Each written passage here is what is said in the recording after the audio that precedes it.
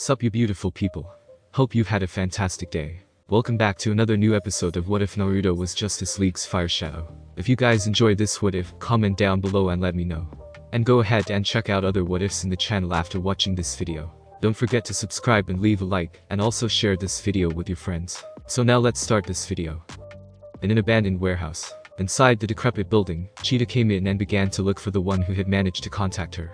It had been some time ever since her stint in Los Angeles that led to her running into the Hokage, and such she was a lot more focused on finding the way to make up for the money she had to leave behind. But that had been difficult to say the least, so when the offer came in for her to offer her services to an interested party willing to pay a fairly hefty fee, she did not say no.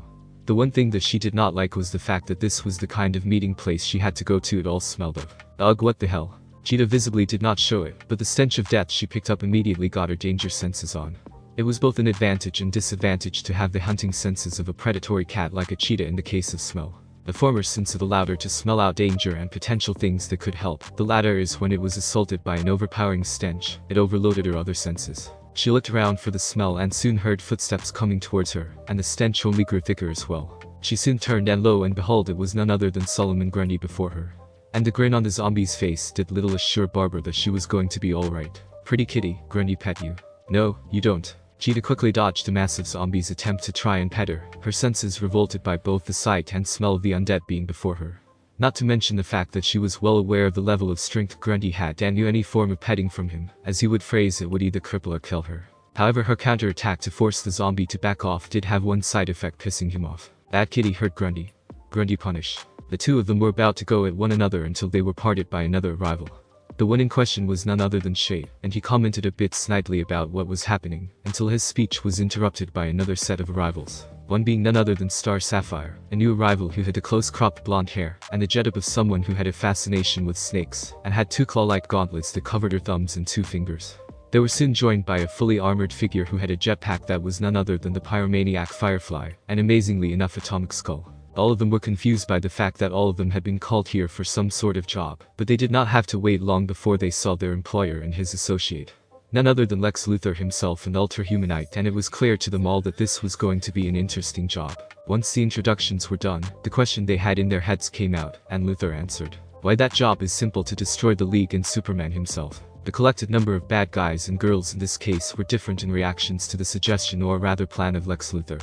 Grundy gave a slight grin that looked downright creepy on his face. Star Sapphire was smiling as well. Shade was calm. Cheetah sighed a bit, though it was clear that the idea of facing the League was not what she was looking forward to, especially when it concerned Hokage of all people. Copperhead could not help but raise her eyebrow at the idea, but seemed to be considering it carefully, but also had a smile on her face, as she was interested in tangling with this Hokage character. Atomic Skull raised what would amount to his face as an eyebrow at that as well, but was more than ready to get paid for this chance to fight the League. Shade sighed a bit at that, but seemed to be ready and not back down.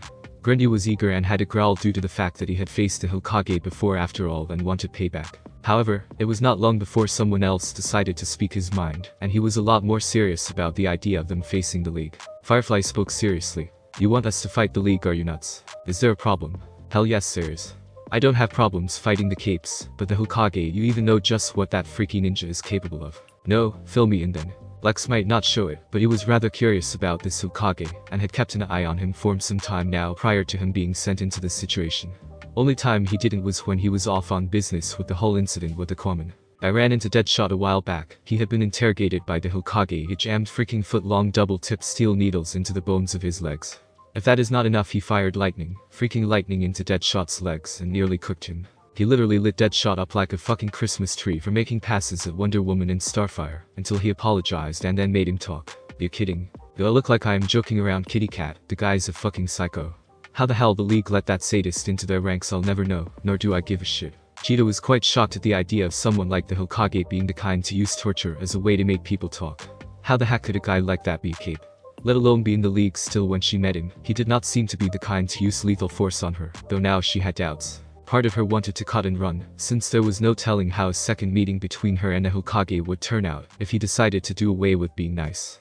But the other part of her wanted to get the money needed to finally get a way to free herself from the mistake she made that turned her into this. And the only way to finally do so was with money to fund what she needed to be cured. And Luthor, as much as she disliked him personally, having learned a lot of what he was capable of doing and what he had already done, she needed the money. So despite her worries she decided to stay. Copperhead on the other hand smiled even more and spoke in a very husky tone. Now that is a man I'd love to see in action. I'm staying. Firefly on the other hand. Screw this. I am gone. Lex raised an eyebrow at that, as he had not known that the blonde Hokage was actually the kind who was willing to use such lethal methods. Granted, Deadshot was not living up to the first half of his name, but that was quite a revelation. Enough for him to ignore the fact that he had just lost one of his hired muscle, though he kept in mind that Firefly was not as powerful as some of the people here. But it was not long before someone else decided to join in. Good riddance, this Hokage sounds truly worthy of my alliance with you. The others turned to see a tall young man who wore a half mask that covered the lower half of his face. He had armor on that was more in line with that of a crusader of some sort, but the way he moved and acted, he was hardly someone out in a costume. The fact that he was armed to the teeth meant that he was also someone who was not some fresh of the bus kind of person when it came to killing people. Lex sighed and nodded. Greetings, Azrahan. I am pleased you accepted the invitation despite your stance on things. I assure you that you will be properly compensated. Money is merely a tool to me, Luther. Only hunting down my chosen prey is worthy of my alliance with you. The League just knew that something was going down, and Naruto was more than willing to agree with them as they entered the bank. When they got word that Ultra Humanite gained a number of hostages in the Metropolis Federal Bank, it sounded routine, but after the fact that he had escaped with Luther, the League knew that there was more than merely a bank robbery going on. Sure, Ultra Humanite needed money, but attacking Metropolis directly sounded off to them, least of all Superman, as he had never dealt with him before.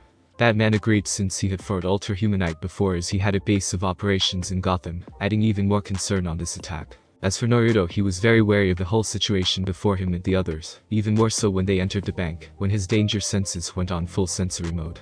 Whenever his senses were on high alert for one reason or another, it always told him one thing. The shit was really going to hit the fan. And yet again they were right on the money, as the team now found itself under a full-scale attack, and this time they saw that Luther was not alone.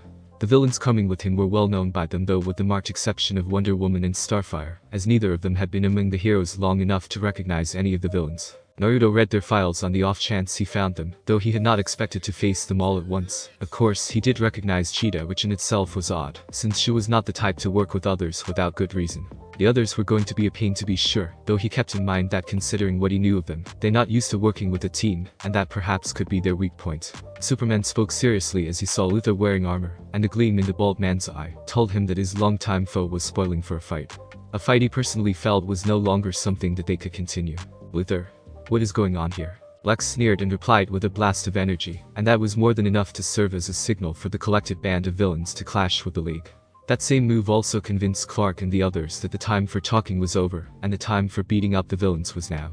Clark was not happy with this, but knew from the actions for Luther, and the fact he was wearing full armor, no doubt built by Ultra Humanite, and attacking him openly, that there was no other option but to fight. It did not take long for the warehouse to turn into a battlefield, as the League and the collection of villains under Luther's command were now mixing it up with one another. Already they broke apart to take on one of each on the opposing side. Batman was now tangling with Grundy, as he had faced the being before, despite the fact he knew that as a zombie, the foe he had to face was a pain in the ass to take down. Superman obviously tangled with Luther, Wonder Woman was now fighting with Shade and Cheetah. Flash fought with Ultra Humanite, and Green Lantern was now fighting alongside Hawkgirl and Starfire as Star Sapphire and Atomic Skull came with them.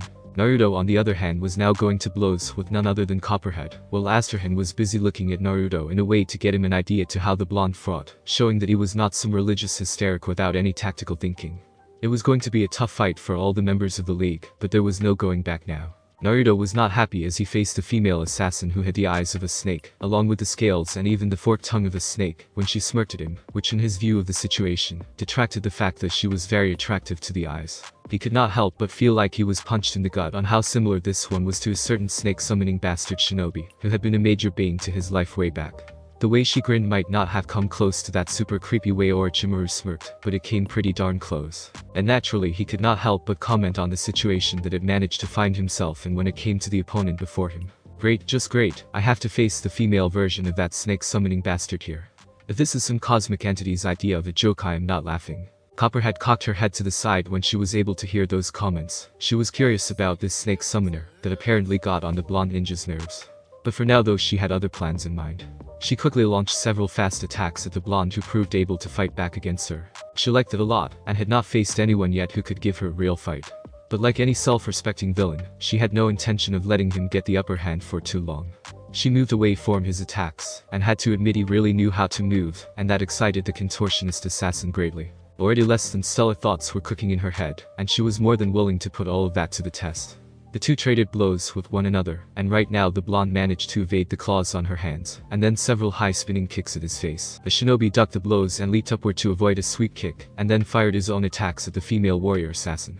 Copperhead managed to avoid an axe kick, but whistled in appreciation when the ground that she left behind actually sported a small but deep crater, and she knew there and now that she was going to be in for a fight. But you're no Superman, but you certainly have the power, let's see how you stack up. Bring it. The two began to throw punches and kicks at one another, and when she tried to use her claw gauntlets to cut into him, Naruto quickly used his ceramic armor to defend himself, before moving to using his kunai, since his swords were not ideal for this kind of close quarters fight. The clashing of metal on metal was heard, and soon they were trying to overpower the other in terms of a full-on confrontation. Naruto managed to finally push Copperhead back even more, and the woman was well aware that a direct battle with the blonde was not wise. But that hardly depressed her. In fact, she relished this kind of a fight, and soon rushed in. The blonde dodged the attack, and blocked several strikes from her, when she used the charge's momentum to her advantage to turn and attack him again. It became clear to him that she was trying to catch him in a grip, though why he had no idea. But it became clear to him quickly just what she had in mind, when she suddenly fired some form of powder into his face, in the guise of a punch that missed. The powder appeared to be some form of hallucinogen. Kurama quickly began to counter it, but it was all the time that Copperhead needed to wrap herself around the blonde ninja, making him aware that he was now in her control, and he did not like that one damn bit. Copperhead smiled in a very seductive yet sadistic, as she began to use her strength on the blonde shinobi, and actually managed to lick his neck and spoke. You taste rather nice. Forgive me if I don't seem all that thrilled. Naruto managed to finally summon enough concentration once the drug was flushed out by Kurama, and quickly used substitution to replace himself with a log dot. The surprise of the move caught Copperhead off guard, and that allowed the blonde to move to the side and land a fist into her face, sending her back and away from him. The blonde was not in the mood for a rematch just yet as he caught his breath. Powerful as he was, Naruto was not invincible, and he knew that for an absolute certainty. However, his chance to recover was cut short, as none other than Cheetah came at him with her claws ready. The blonde quickly blocked her attacks and moved back while firing some smoke bombs at her. She blocked that but soon found out the smoke was mixed with a strong scent that overrode her ability to smell. That was the opening that Naruto needed as he closed the gap through the smoke, relying on his chakra sense to find her. Cheetah managed to block his punch, but the power was enough to send her flying back before she recovered as Naruto came out from the smoke. You again? Cheetah did not see his face, but the tone of voice from the ninja told her that he was confused by the fact that she was with the group. Not that she could blame him since she usually did her best to work alone, since she did not put it above anyone who she might have worked with to sell her out to the company she was once part of. The slimy bastards had put a bounty on her head, and while not many came after her to get said bounty, that certainly did mean that there was no one interested in the bounty either. But the money that was being placed on her was pretty tempting to be sure, and so here she was. Yeah, let's finish this. Naruto quickly got on the defensive and began to fight with Cheetah. Apparently after their little encounter in his city, the cat girl had decided to amp herself up a bit. The blonde on the other hand had also improved, and now they were moving as fast as they could, avoiding each other's attacks and lashing out with their own. This carried on for quite a bit as they continued to try and hit one another hard and fast, showing that Cheetah had been working out a lot more in preparation to fight him. And it was not long before Copperhead, fully recovered, came to the scene, and she had a very feral grin on her face, not a good sign in the minds of both Kurama and Naruto. Copperhead then did something that surprised anyone in seeing range as she kicked Cheetah back, not enough to hurt her or anything, but to warn her off. The transformed scientist and reluctant villainess was surprised by this, and spoke back to Copperhead. What the hell? Back off, kitty, this little fox is mine. Naruto looked at the two female villains dumbstruck, with the two of them actually fighting over him. That was proven to be true when the two of them, instead of double-teaming him in combat, began to attack one another. Though in this case, it seemed that Cheetah was the one who was being attacked and was merely defending herself, and she was irate at the idea of having to fight the one who she was supposed to work with. Copperhead on the other hand was really getting it on with her supposed ally in this little beatdown. In fact, if you looked right at her eyes, she was actually enjoying the chance to get in a fight with Cheetah. Naruto could not help but feel that for the first time in his century-long life, he had no idea what to do, and decided to leave and help the others, instead of watching this literal catfight happen. However, Copperhead moved away from Cheetah for a moment to speak to him. Stay right where you are, Foxy, you and I have some unfinished business and I hate being interrupted. Okay, this is awkward. Not so much as what's about to hit. Move. Naruto heeded Kurama's warning, and soon avoided several precise arrow shots at him. The blonde quickly used his sword to cut down the next batch of arrows. The blonde turned and soon clashing with the one who had apparently decided to stay after Firefly left, and now decided to get involved with placing his head on a pike. The man was dressed in what appeared to some form of hybrid of Western chainmail with Kevlar. there were weird symbols there, and there happened to be quite an array of weapons on the guy. One of them appearing to be some form of Western sword, others were also blunt weapons, and who knew what else he had on his person. That coupled with his look made him look like a demon slayer of some sort, and his venom-laced words only confirmed that whole picture to Naruto. "You foul demon spawn. Die." Naruto raised an eyebrow at the venomous tone in the man's voice and spoke. "Who the heck are you? My name does not matter, what matters is I kill you." Naruto dodged the incoming strike from what appeared to be a morning star of sorts, and he also avoided another attack, this time with a short sword. Whoever this guy was, he was certainly not the kind of person who could be termed as a religious nut. Religious nuts did not have this level of training, as he and Naruto began to clash hard with one another. The two dodged the attacks they threw at one another, and Naruto turned a bit to see that indeed Cheetah and Copperhead were now throwing down with one another. It still confused the hell out of him why that was the case, but he had little time to think about that as he avoided more attacks from his new would-be assailant. Naruto quickly dodged the next one, and then slammed a kick into the side of the guy's head, sending him to the side, and he quickly charged in and landed a spinning heel kick to the shoulder.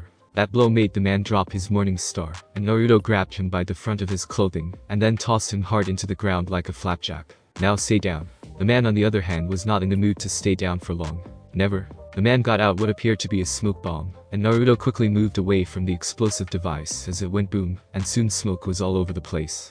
However, he did not get a reprieve, as now both Cheetah and Copperhead were attacking him. Apparently whatever it was that got Copperhead willing to attack Cheetah had been temporarily put on hold, and now they were attacking him. Despite his situation, Naruto could not help but comment. "Great. I just managed to avoid being brained by one seriously screwed over religious nutjob of an assassin. Now I'm being assaulted by a literal catgirl, and the snake woman, someone up there in the celestial realm, must have a very twisted sense of humor." Cheetah had to admit that the humor in this statement was there, but she was more focused on beating the Hokage, and it seemed that Copperhead was in the same mindset as she attacked Naruto alongside Cheetah. Naruto quickly dodged a double team attack of a claw slash and a kick from Cheetah and Copperhead respectively. He flipped over them and soon landed on the ground on a handstand, and landed a spinning kick to them that sent them back as he flipped back and faced them for a possible attack. The crazy religious assassin was back though, and was now coming in to bash Naruto's head in. And while they were not happy with that, the two women came in to finish Naruto off, but it was here that Kori herself came in and landed one hell of a haymaker on the religious assassin's armored face. "Stay away from my friend, you wretched Xeno witch." The Tamaranian naturally did not take kindly to that and smashed a punch into the maw, and now they were fighting one another seriously, and when Solomon Grundy came to attack Superman, Diana came in and slugged the zombie gangster hard, and Naruto soon ducked as the being smashed into the nearby wall. But it was not over yet as Grundy got up and was about to attack the two super-powered beings, when he turned and spotted the Hokage, and from his growl of anger, he apparently recognized Naruto, and he was not happy. You set Grundy on fire. Grundy crush you." The undead stench coming from Grundy made Naruto gag hell, even if the guy looked like he was resurrected by the Ito Tensei Jutsu. The ones who were brought back at least did not stink as bad as this guy. "Yuck. You really need a bath. Ever considered dunking your stinky ass in a bathtub full to the brim of formaldehyde?" Naruto dodged the incoming fists meant to take his head off, and quickly charged in and using his senjutsu, landed a haymaker of a blow on the zombie, even if his summoned nature chakra was not as strong as he would like with him being in a city and all that. The blow sent Grundy back, and Naruto pressed the attack before quickly taking a trick of his hated foe Madara's playbook, and quickly slapped a number of explosive tags, and quickly spoke as the zombie finally saw them. As I heard in a military series a while back on TV, "Fire in the hole." The zombie had enough wits to recognize that phrase, and growled as the tags went boom, and since Naruto had taken to infusing some of his and Kurama's chakra into them for an extra punch, well, Grundy was sent flying back into the wall and was out like a light. The two women villains soon attacked again, but it was fairly obvious that Grundy's quick defeat was on their minds, though they obviously had different reactions. Cheetah was not too sure tangling with the Hokage was going to be worth it right now, while Copperhead was getting a high on this. And her next action made that clear as she quickly got close to Naruto and wrapped her hands around him when she evaded briefly his attack. The second she did so, she squeezed her and then readied her fangs to bite him. "Come here, big boy, let me have a bite." "Sorry, but I am not a buffet on legs." Naruto quickly got her off of him and sent the assassin away, and he was soon attacked by Cheetah. He dodged her attacks and managed to land a few blows on her, despite the fact he was still recovering from the battle with Copperhead, and got her on a throw, and landed her on the ground with a thump as he spoke to her. "Why are you here, Cheetah? Why the heck do you care? You don't strike me as a mercenary who cares only for money. Don't ask me why, but I don't think you would have taken this path willingly." Cheetah had to admit that he was right in what he said, but she made her choice even if this was not what she wanted to do. "Maybe, but here I am and I will not go out quietly." The others in the league were also having just as interesting a time as Star Sapphire clashed with Green Lantern. Clark obviously now had to deal with Luthor. Diana was currently dealing with Shade, who thought he could fool the Amazon, only for her to knock him aside, and only by using his cane's power to keep her off balance did he not wind up being a stain on the ground. Coriander was now fighting with Astron, who proved that despite him not being able to physically match the Tamaranian, he was not going to go down without a fight. Hawkgirl was now fighting with Grundy, and her mace proved one of the things that disrupted magic, and that made the zombie scream in pain. Ultrahumanite was hardly not involved with the fight, as he was now facing none other than Flash alongside Batman, and the two were proving to be tough on the gorilla villain, but he was no slouch either. It was not long though that the fight swung in favor of the League, and it was clear to Luthor that staying with the others like this was not going to swing into his favor. It enraged him, and that made the poison move again, which made him groan in pain, but he managed to get himself to focus on killing his longtime foe, just as Batman and Flash had to break away from Ultrahumanite when he drew a pistol firing energy bolts at them. And this allowed Atomic Skull to finally attack Batman, who was now going to have to get creative in fighting him. Shade was none too happy to be facing none other than Hawkgirl alongside Wonder Woman, who was keen on bashing him apart with her mace, and while he used his powers to evade her, it was not going to last forever. It only made things worse when Grundy was sent flying back and slamming into him, which spoiled his concentration. The only good thing that came out of the whole thing for him was the fact that the zombie now turned his attention on Hawkgirl, though her NTH metal mace hitting him, and actually causing him far more pain than most hits he got in the past, certainly convinced the zombie that petting this female bird was a bad idea. Of course, being undead and not very bright in the time he was alive to begin with meant that Grundy was far from done. Neither was Hawkgirl though, as she smashed another blow into the zombie's chest. Flash had to quickly avoid several blasts from Star Sapphire, who decided to take him out to prevent him from supporting the others, and was having a field day, and infuriating the woman villain, before he made the mistake of not watching his direction, and nearly smashed into a wall. He stopped, but quickly got attacked by Star Sapphire, who landed one hell of a punch to the face to send him flying back, but was soon saved quickly, when a wall of green energy blocked her attack.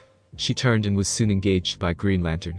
Thanks Green Lantern. Watch where you move next time, Flash. Green Lantern quickly moved to block another attack by Sapphire, and the fight between the two specializing in energy constructs was on. Flash quickly moved ahead to support the others, and was soon there with John, who was now tangling with Shade, who had decided to help Star Sapphire, though it was obvious that the British woman was not pleased with having her fight become a double team effort, but made no comment. Corey quickly came in to aid them by attacking Atomic Skull, who decided to hit them, after recovering from several high-powered sonic batarangs courtesy of Batman, that allowed the Dark Knight to kick him hard and fast from him, when they were not looking, as she had tossed her own foe aside for now to get to them. And when he tried to stir-fry her but not before ogling the Tamaranian, he was hit by a flying Solomon Grundy, courtesy of Hawkgirl, who was now called Bird Nose by Grundy. Batman found himself facing off with none other than Copperhead, and quickly recognized the way she fought as well as her powers. Yet that in itself was something that he had not expected at all, and for good reason. Only one person he knew fought like her, and even had the same name as well, at least a more open name. You're not the Copperhead I know of. Copperhead flipped back like an acrobat and landed on her legs carefully before moving calmly, while giving the Dark Knight a sneer mixed with a seductive but violent gleam in her eyes. Oh, you mean Nathan? Sorry Batboy, but just because you fought him does not mean there are others with the Copperhead title.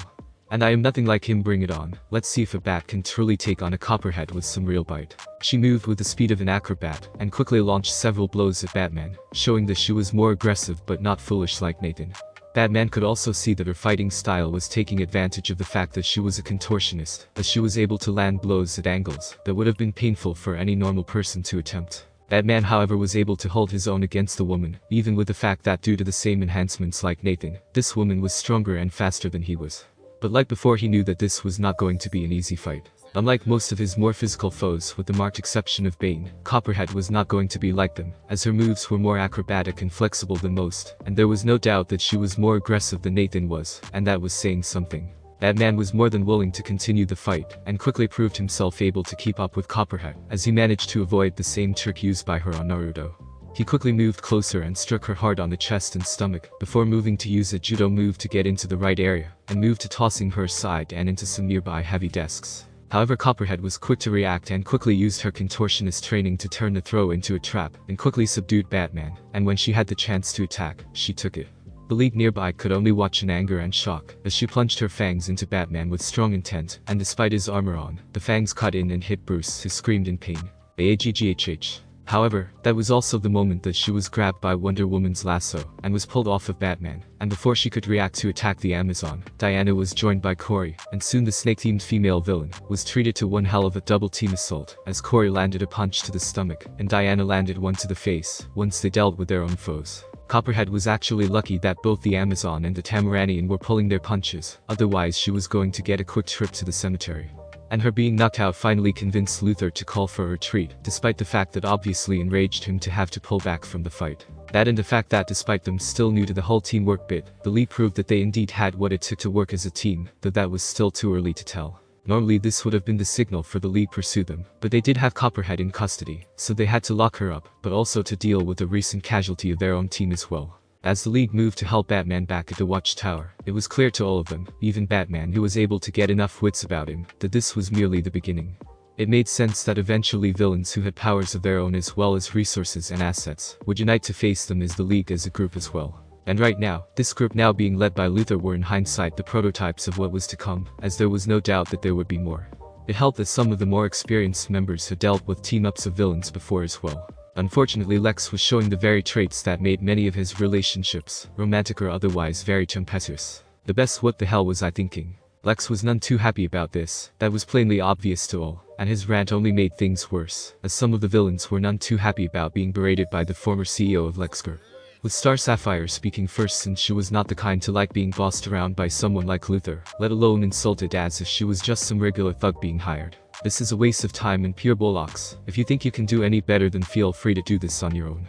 No amount of money is worth listening to you talk. The same sentiment spread to the others in the group who were willing to listen, and naturally it made Lex reconsider his actions, forcing him to double the amount he promised. That apparently had helped make Star Sapphire change her mind, but it was clear to Lex that this alliance was in severe need for new blood. With Copperhead now in custody, they would have to move fast and find a way to hit the League before they managed to make Copperhead crack. Unfortunately for Lex, he was going to have a brand new addition to the whole gang, except in this case, the new addition was someone one only worked with when one was very desperate, or crazier than the one was. The person in question. None other than the Joker himself, and how he managed to get into the place was something that made Lex Luthor less than happy. What are you doing here? Apparently that very same question was in the minds of everyone minus Grundy, as all of them had heard of Joker. And what they heard was anything but reassuring to their nerves. Why, I heard you were getting this little band of kiddies together to kick the pants of the League so naturally, with Guano Man being one of the League's lineup. I was thinking you need someone to deal with him. You think I haven't forgotten the last time I had your help, Joker? Well, come on Lexi, you did have Big Blue Boy Scout to deal with at the time, and I managed to help you with my all-jade dragon pet. Shame really, losing it the way I did. Luthor growled well at that, as he was well aware of what the statue was made of, and how its material had put him on death's door. It doesn't matter, I am not asking for your help here, now get lost. You need my help, Lexi. Joker's grin did little to ease the feelings of disgust and mistrust Lex had for the man, and for good reason, one of which was the obvious insanity of the clown. There was no denying he was dangerous and capable, but had the predictability of unstable nitroglycerin carried in a leaking case by a drunk man in the hot sun. Hell, even he wondered how Harley Quinn, once a respected psychologist, had fallen for the maniac inside with him. He could also tell that the others were none too happy to have Joker in with them. Star Sapphire looked with distaste towards Joker. The same could be said for Cheetah. The same could be said for the men in this unit. Only exception to the whole group was Grundy, since the man was technically dead to begin with. Like I need a hole in my head. Joker gave a pout and spoke. Don't be mean, Lex. After all, I know that our little snake lady, before being captured, managed to bite my old buddy Batsy boy. And that helps you. Oh? How exactly does the idea of Batman being a temporary chew toy for Copperhead help? Knowing the League, he will be fully healed soon enough. Because I know how Guano Man thinks Lexi, and right now, he would be doing all he can to show that he is not going to be a burden, or he would need help from others who are not in his little family of pajama-wearing kitties. All he needs is a reason, and soon he will be on his way here to prove what I said, and he will be alone too. Joker then smiled wickedly and finished his little speech. And you know what that means, don't you? And Lex did, and was finally convinced to have Joker with him. Well then, I guess that means you are in this one, but you had better not lie to me. Alright, I suppose that it is time to welcome our soon-to-come guest. Watchtower. The League were currently working on the aftermath of the battle, with what appeared to be the exact counterpart of their group. The fact that they were apparently under Luthor's command only made the situation all the more complicated. Luthor was a very smart being, dangerous, cunning, and more, which was why until now, not even Superman could have him fully locked away. But with him leading a team of villains, several superpowered ones, then there was no doubt that things had just gotten complicated. Right now though, Superman had left Copperhead in prison and under heavy guard, with Diana coming along to make sure that she did not escape, and she was not alone as Corey had gone with her. Apparently the Tamaranian took considerable offense to the fact that the woman had tried to bite and potentially end Naruto's life, as well as Batman's. Even though she was not that close to the world's greatest detective, she saw him as an ally, and she did not like it one bit if her allies were ever hurt. Flash could not help himself as he spoke to Naruto, who was busy recovering from that not-so-nice encounter with the female assassin, with the serious snake theme. Was I just seeing things back there? But did that woman get a high from trying to crush you and bite you? Naruto groaned and replied, no, she did get a high on that. I swear that woman creeps me out. If she decided to have pale skin and far freakier snake-themed powers, I'd have thought I was dealing with a female version of Orochimaru. That I do not need. Who? The blonde spoke to the confused speedster. Long story short, Orochimaru was a renegade ninja of my village, who happened to be as powerful as a Kage. And he had a very unhealthy obsession with power. That woman's fixation on me reminds of that creepy bastard. I can take heart in the fact that at least she's got none of that nut's powers in nature, though the whole thing is still creeping me out. Wally could tell that this was not a subject that he liked to talk about, and decided to drop it for now. And for good reason, as he and the others decided to check on Batman and see how he was doing at the moment. Unlike Batman, Naruto had a strong healing factor, and due to the fact that he was able to counter Pamela Isley's poisons and her pheromones, he had a fairly accurate idea that he would be able to resist Copperhead's venom, even if it would make him feel like crap afterwards. Batman, on the other hand, would not have that at all, and right now it was taking some time for him to recover. Thankfully, the medical bay of the Watchtower had a fully stocked medical suite, and right now Batman was recovering. As the two came in, he saw Superman talking with an obviously recovering Batman, and apparently they were discussing something that seemed to be the kind of thing that was really sensitive. You need to rest, there's no telling how the effects of the I'm fine. Flash saw that and quickly revealed that he was smarter than most as he whispered to Naruto. Looks like he's okay, but I get the feeling that he does not like being benched. Better we let them focus on working things out. Naruto could tell that Flash had a point but spoke to him either way. Nah, you go on ahead, I'll keep an eye on this. You sure? Trust me on this, I've seen worse standoffs and hell, I've been a few in my day. Alright, see you, old man. Naruto gave the speedster, who grinned a bit of mock glare, and replied, I am so going to get you for that. Naruto shook his head at the way John went to trying to convince Batman to rest. If there was one thing he could say about the Dark Knight, he was stubborn. Reminded him of himself actually when he was usually told he could not become a ninja way back when he was still seen as Kurama's jailer, and not as a real person by the villagers who hated him. Prior to his growth as a ninja to greatness, he was the dead last in the academy, and had little to no talent. It was because of the work ethic and drive to succeed that he had made it this far. Of course, he had skirted on the edge of disaster more than once in the times he had reached his level of ability. The time training in the use of his wind affinity and fusing it with the Rasengan was one such instance, the training with Senjutsu was another. And he had no doubt that Batman right now did not want to be the weak link in a group of people with superhuman powers. That told him that sooner or later, there was going to be one heck of a problem, and Batman was going to be the catalyst. That meant only one thing: trail him. Near the hideout, Naruto groaned mentally to himself as he watched over Batman. He just knew that this was a bad idea with him going out on his own, but he respected the Dark Knight well enough to know that the why of him being here in this place on his own. That did not, however, mean he had to like the implications if the man got caught. Dealing with a band of thugs and one supervillain was all well and good, but this bunch of villains led by Luther began to make him recall one group that had been the bane of his life when he was older. Akatsuki, granted none of the team of villains, had the abilities of that band of S-rank ninja, but he was not going to rule them out yet as a threat. Plus his experience with this gang was telling him that there was something going on, and he had to be on his toes. He was not the only one to be thinking that, as well as none other than Kurama spoke to him. Well, turns out that Albatman decided to do things his way. Reminds me of you a considerable deal, Naruto. Please don't say that, I don't recall ever being that dark and brooding.